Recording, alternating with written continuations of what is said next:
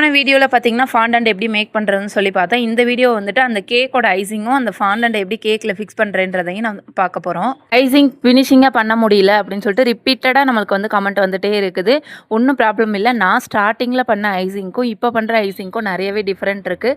அதே மாதிரி தான் ப்ராக்டிஸ் பண்ண தான் நம்மளுக்கு நல்லாவே வரும். நெக்ஸ்ட் இந்த கேக் பார்த்தீங்கன்னா ஒரு ஃபர்ஸ்ட் பர்த்டே கேக் தான், தீம் கேக்கு தான், கார் தீமில் வந்துட்டு நம்மளுக்கு கொடுத்துருந்தாங்க. இந்த கேக்கில் ஃபாண்டன்ட்ல இருந்துட்டு ஐசிங்கில் இருந்துட்டு டிசைன் டெக்கரேட்டிங் எல்லாமே சூப்பராகவே வந்திருந்துச்சு. ஃப்ளேவர் முதற்கொண்டு சூப்பராக இருந்துச்சுன்னு சொல்லிட்டு எனக்கு கமெண்ட் வந்து வந்திருந்தது. ஆனாலும் இந்த கேக் வந்துட்டு சொதப்பல் கேக்குன்னு சொன்னால் உங்களால் நம்ப முடியுமா? என்னாலே நம்ப முடியலங்க. என்னால் இதை ஜீரணிக்கவே முடியல. பாவம் கஸ்டமர் வந்துட்டு எப்படி தான் அக்செப்ட் பண்ணாங்கன்னு தெரியல. ஆனால் அவங்களுக்கு ஃப்ளேவர் எல்லாமே ரொம்ப பிடிச்சி போச்சு. டிசைன் மட்டும், அதாவது அந்த ஃபாண்டன்ட் மட்டும் மெல்ட் ஆயிடுச்சு அப்படின்னு சொன்னாங்க. உண்மையிலே ரொம்ப ரொம்ப ரொம்ப சாரி கேட்டுக்கிறேன் கற்பக சக்தி, ரியலி சாரி.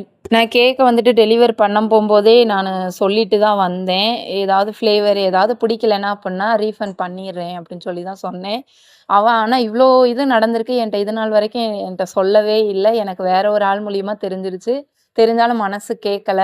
அதான் இதில் அந்த நேரத்தில் அவட்ட சாரி கேட்டுக்கிறேன். இந்த மிஸ்டேக் மூலியமாக நான் என்ன ரியலைஸ் பண்ணேன் அப்படின்னா, கொஞ்சம் லாங் ட்ராவலில் வந்துட்டு கேக்கை கொண்டு போகிறோம் அப்படின்னா நம்ம கேக்கும் ஐஸ் கேக்கு அதுவே மெல்ட் ஆகும். அந்த டைமில் நம்ம ஃபாண்டன்ட் வந்துட்டு ரெஃபர் பண்ணாமல் கேக் டாப்பர்ஸ், நான் எடிபிள் டாப்பர்ஸை வந்துட்டு நம்ம ரெஃபர் பண்ணியிருந்துருக்கணும். அதுவும் என்னோட மிஸ்டேக் தான். கேக் டெலிவரி பண்ண போகும்போது இன்னொரு சம்பவம் ஒன்று பைக்கில் போகும்போதே நடந்து போச்சு. என்னென்னா நாய் வந்துட்டு நான் போனதே கம்மியான ஸ்பீடு தான். கேக் கொண்டு போகும்போது நான் ஸ்பீடாலாம் போக மாட்டேன், ரொம்ப ஸ்லோ ரைஸில் தான் போவேன். இப்படி போகும்போது நாய் படக்குன்னு உள்ள குறுக்கால வந்து பூந்துருச்சு. என் உயிரே நேரம் ஊசலாடி போயிடுச்சு. உயிராக கேட்காம முக்கியம் போது எனக்கு உயிர் தான் முக்கியமாக படித்தனால சடன் பிரேக் அடிச்சதில் அந்த பால்ஸ் எல்லாம் வந்துட்டு முன்னாடி வந்து தவ்வி விழுந்துருச்சு. ஓகே ஃப்ரெண்ட்ஸ், இந்த மந்த் வந்துட்டு கேக்கில் ஆஃபர் கொடுத்தாச்சு. நான் ப்ரௌனியில் ஆஃபர் கொடுக்குறேன்னு சொல்லியிருந்தேன். ஆனால் டைம் இல்லை. போஸ்டர் ரெடி பண்ணுற அளவுக்கு என்கிட்ட டைம் இல்லை.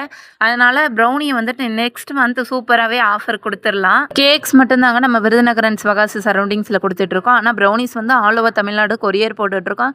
கண்டிப்பாக ஆஃபரை வந்து மிஸ் பண்ணாமல் ப்ரௌனி ஆர்டர் போட்டுருங்க.